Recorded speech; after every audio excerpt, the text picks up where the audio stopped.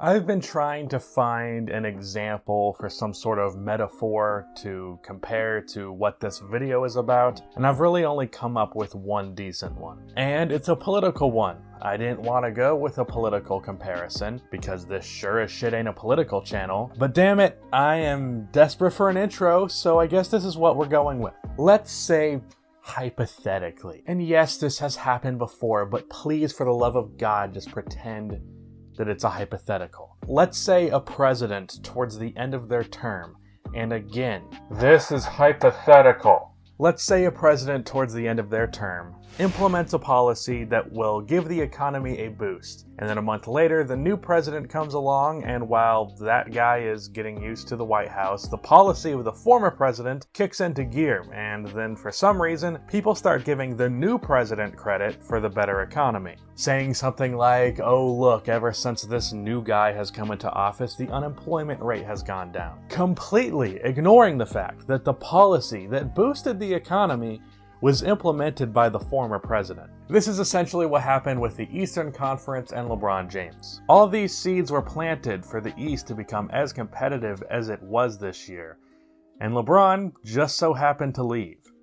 And suddenly, people are crediting that competition with LeBron's decision to leave. So in this metaphor, LeBron is the new president, a bunch of different factors that we will discuss is the former president, and the competition is the economy that LeBron is somehow getting credit for. Boom, that's a metaphor. If you're part of the 30% of my audience that isn't from America, well, get fucked, I guess.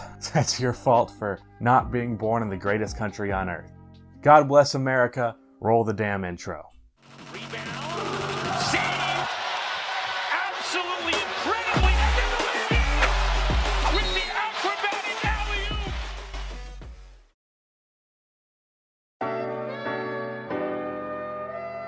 That was just a joke, by the way. I'm not that patriotic. The only time I really get patriotic is during the Olympics. When that shit's going on, I'm basically singing the national anthem like Fergie. So let's actually talk about basketball now without any shitty metaphors. I have about as unbiased a point of view on LeBron James as you can really get. You can choose not to believe me on that, but I don't really care. But for me, for the past couple of years, I have made a point to appreciate the greatness of LeBron James. Being able to see him do what he did in person has been amazing.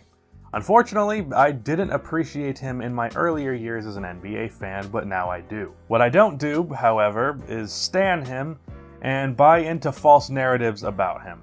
To fend off the LeBron stans, I always have to point out the myth that LeBron isn't clutch video, where I defended LeBron's clutch gene, and my video called The Myth That Ray Allen Saved LeBron's Legacy. And despite being a huge Kobe fan, I have LeBron over him by quite a large margin. But I also don't, like I said, buy into the narratives and myths about him, including the positive narratives about him. The two big ones being the narrative that him going to 8 straight finals is somehow an incredibly impressive feat. Because in reality, other than 2018, making the finals was the expectation. We will go more into that later. And the other one is the more recent one that this video is mostly about. The idea that LeBron leaving the East is the reason that the East became more competitive. So let's look at the East this year and talk about why LeBron has fuck all to do with it. On July 18th, 2018, the Toronto Raptors traded for Kawhi Leonard 16 days after LeBron James joined the Lakers. So let me ask you this.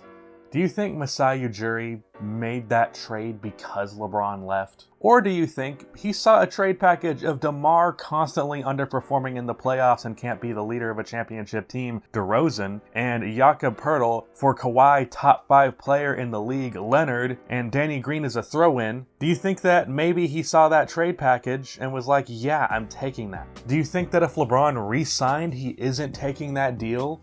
Are you crazy? Why would he not? Okay, what's next? The Milwaukee Bucks. Let's see.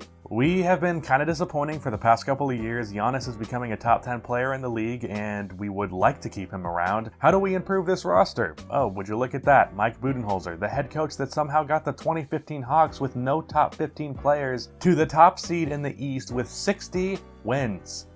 How about instead of crusty-ass Jason Kidd, we signed 2015 Coach of the Year Mike Budenholzer? Also, Giannis is a phenomenal player, but he can't shoot the ball to save his damn life. So how about we sign a veteran shooter like Brook Lopez as well as Pat Connaughton and Ersan Ilyasova? A coach upgrade as well as some veteran shooters being signed. What kind of moron would ever make a decision and improve their roster like this if LeBron's in the conference? Obviously, you just stay stagnant and wait for the 34-year-old LeBron to start declining. Then finally, the Sixers trade for Tobias Harris and Jimmy Butler mid-season. Clearly, they wouldn't have made a move like that with LeBron in the Eastern Conference. I mean, come on, man. Use your common sense. These three teams made obvious upgrades to their roster. They made decisions that any team would make under any circumstance, in any conference, in any era. Like I said, the seed was planted for the Eastern Conference to get better. Giannis's rise to stardom was inevitable. The Sixers improving their roster with the assets that they had was inevitable. And the Raptors trading for Kawhi Leonard, well, that wasn't inevitable. However, any GM in the league, and especially the Raptors in the situation that they were in, would take that trade. How do you not? If anything, LeBron leaving the Eastern Conference is an excuse for the Raptors not to trade for Kawhi Leonard. The big obstacle for the past couple of years for the Toronto Raptors has been the LeBron Cavs. Take out the LeBron Cavs and, at least at the surface, the Raptors would be able to make the finals logically. Remove the Cavs from existence in 2018 and the Raptors make it to the 2018 finals. Now I have to say remove the Cavs in 2018 in this hypothetical because clearly, as we all know, simply removing LeBron from the East this season would not have resulted in that for the Raptors had they stuck with DeMar DeRozan. It wouldn't have been enough because the seeds were planted for the Bucks and Sixers to become elite teams, and they would just be new obstacles. And if your argument is that the Cavs would have beaten the Sixers, Raptors, or Bucks this year, please spare me. That's just a big no. That's not gonna happen. That's a dumb argument. Let's rewind things back to last year's playoffs. Remember that amazing run that LeBron had? Do you remember why that was so impressive? No? Because I distinctly remember the lack of help he had being the reason that it was so ridiculous that he took that team to the finals. George Hill was trash in the playoffs. J.R. Smith, well, I don't think I need to elaborate there. Kevin Love shot 39%, and we had the king of empty stats, Jordan Clarkson, stinking it up. The team was a nightmare. And worst of all, it was a team that was all tied up in salary. That team had nowhere to go but down. Colin Sexton was not going to bring this team to the finals with LeBron. It just wasn't happening. The Cavs could have maybe beaten the Celtics in the playoffs this year. That's as good as it was going to get.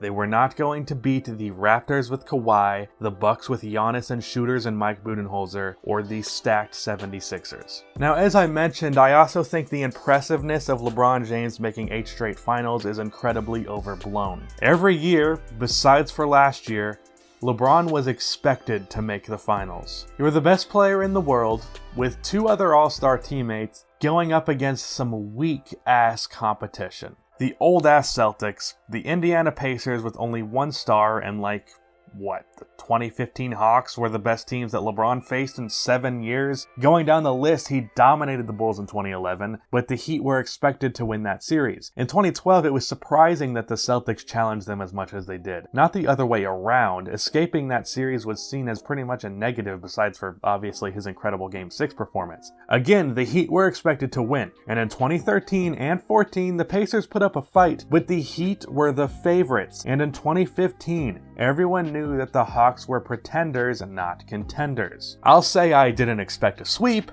but the Cavs were expected to win that series. Now, if your argument is the only reason that you expect his teams to win these series is because he's LeBron James, well, no. Look at 2018. I and many others didn't think that the Cavs were going to make it to the finals. I saw LeBron looking helpless, like literally helpless. And even though the Pacers and Celtics were lacking a superstar, I really thought they could do it. I definitely didn't expect the Cavs to sweep the Raptors. That was nuts. The 2018 run was the only finals run by LeBron James that was Holy shit. Didn't see that one coming. LeBron dominated a weak conference, had all-star help, and strolled his way to 7 finals and got one tough one out at the end. And if LeBron James was on the Cavs this year, I'm certain he would be back home in his mansion hanging out with Chris Paul like he is now.